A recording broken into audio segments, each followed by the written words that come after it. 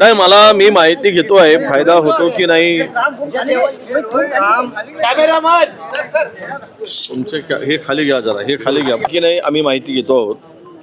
परंतु आंदोलन संपवण्यासाठी सरकारने जरांगे पाटलांची जर बोळवण केली असेल तर मात्र हे फार धोकादायक आहे.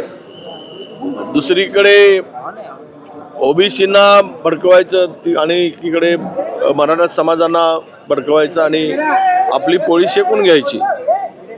पण गॅजेटियरच्या संदर्भात सांगायचं झालं तर जो JR गव्हर्नमेंटनी काढला आहे त्यातून आता किती फायदा होतो त्यापेक्षा मराठवाड्यातील यापूर्वीच अनेकांनी ओबीसी प्रमाणपत्र मिळवलेलं आहे. ते तुम्हाला जिल्हा परिषदेच्या स्थानिक स्वराज्य संस्थेच्या निवडणुकानंतर महानगरपालिकेच्या निवडणुकानंतर दिसून येईल. म्हणजे ओरिजिनल ओबीसीचा वाटा कोणी हिरावला हे आता आज काही सांगायची गरज नाही, निवडणुकानंतर आपण बोलूया. त्याची माहिती घेईल मी आणि नंतर मी बोलणार आहे. पण जरांगे पाटलांचं जे आंदोलन होतं ते संपवण्यासाठी जर त्या हैदराबाद गॅजेटियरच्या म्हणण्याप्रमाणे JR काढून जर फायदा होत नसेल तर मग चुकत कोण आहे? जरांगे पाटील चुकत आहे की सरकार चुकत आहे? चूक कोणाची यावरही मराठा समाज विचार करेल. पण आपण म्हटलात की निवडणुकीनंतर बोलूया, निवडणुकीपूर्वी जर यावर बोललं तर आता काही होणार नाही, कारण गव्हर्नमेंटने एक JR काढून कास्ट सर्टिफिकेटच्या भरोश्यावर फार्म स्टँड करायचा लोकल बॉडी निवडणुकीमध्ये हे ठरवलं आहे. 6 महिन्याची व्हॅलिडिटीसाठी मुदत दिलेली आहे. त्यामुळे आत्ता बोलून काही त्यांचा फॉर्म काही बाद होणार नाही. आपण त्याच वेळेस बोलू ज्यावेळेस हे सगळ्या प्रक्रिया पूर्ण होईल, म्हणून मी म्हणालो. तर हिवाळी अधिवेशनात जर आपण पाहिलं तर विदर्भ वैद्यकीय विकास महामंडळ सुधीर मुनगंटीवारांनी घरचा आहेर केलेला आहे. हुरडा खाऊन जा पण विदर्भावर अन्याय करू नका असं मुनगंटीवारांनी म्हटलेलं आहे. नाही, आता असंही सुधीर भाऊ बोलतात ते खरं बोलतात. सुधीर भाऊंनी हे सगळ्या बजेटमध्ये त्यांची भूमिका मांडली आहे. ते विदर्भाच्यासाठी आणि विकासासाठी नेहमी आग्रही राहतात. त्यामुळं सरकारला घरचा आहेर म्हणण्यापेक्षा सरकारला आरसा दाखवला असं म्हणायला हरकत नाही की तुम्ही काय चुकीचं दाखवाय. तुम्ही तोंड बघा त्या आरशात, तुम्ही विदर्भाला काय देताय, तुमचा चेहरा गोरा आहे की काय दाखवण्याचं काम त्यांनी करून दिलं आहे. या निमित्तानं त्यांना आमच्या शुभेच्छा आहेत. तर विशाल पडळकर आणि जितेंद्र आव्हाड यांच्या कार्यकर्त्यांचा राडा मुंबई विधान भवनात पाहायला मिळाला होता. आज त्याचा अहवाल टेबल होणार आहे. तुम्हाला काय वाटतं, काय निष्कर्ष निघेल याच्यात? नाही, बघा, सरकारने कुणालाही पाठीशी घालू नये.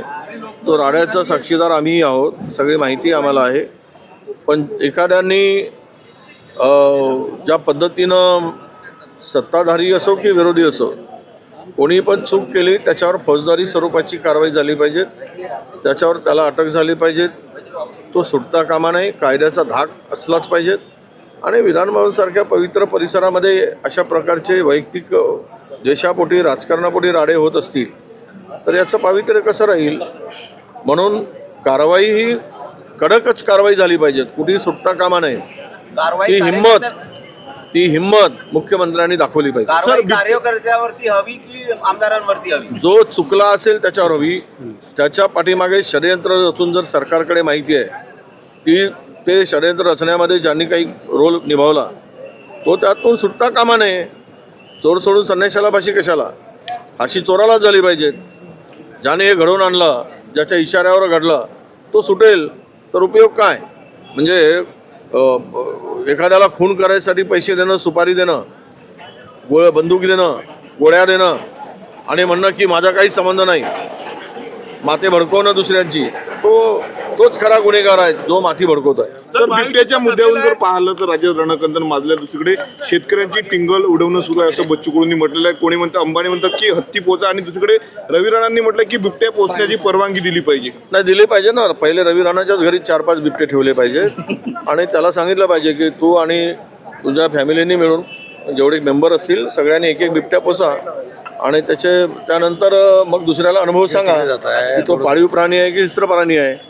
हे मग बच्चू कडूंचा अनुभव घेऊन बाकीच्या सत्ताधारी आमदारांच्याकडे त्यांच्या म्हणण्यानुसार मग 2-2 बिबट्यांचं वाटप करावं. व उर्वरित राहिलेच तर मग त्याचा विचार आम्ही करू. सर, येणाऱ्या महानगरपालिका निवडणुकीसाठी महायुतीचं ठरलेलं का महायुतीमध्येच ते लढणार? कोण? शिवसेना, बीजेपी लढू द्या, त्यांना माहीत आहे. हे निवडणुका 20 दिवस लांबणीवर टाकून याचे निकाल फिरवण्याचं पाप करता येते.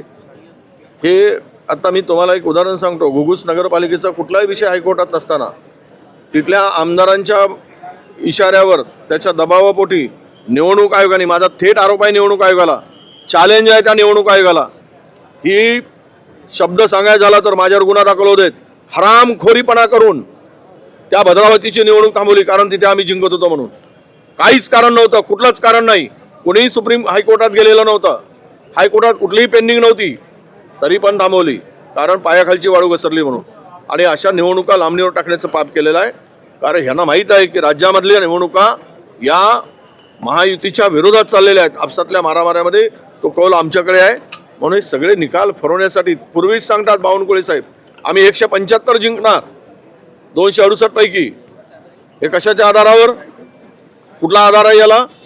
175 पेक्षा कमी जिंकणार नाही, पाहून घ्या म्हणतात. याचा अर्थ स्पष्ट होतो की ही सगळी बेमानी आहे. चोरी करून EVM मध्ये घोळ करून निवडणुका जिंकण्याचा फंडा आहे. तरी पण लोकांच्या मनामध्ये हे महायुती, घुगुसच सांगितलं मी, भद्रावती नाही, सॉरी घुगुस, हा घुगुस मध्ये थांबवलाय, भद्रावती नाही, सॉरी. पूर्णतः कुठलाच काही अडथळा आणायचं काही कारण नव्हतं.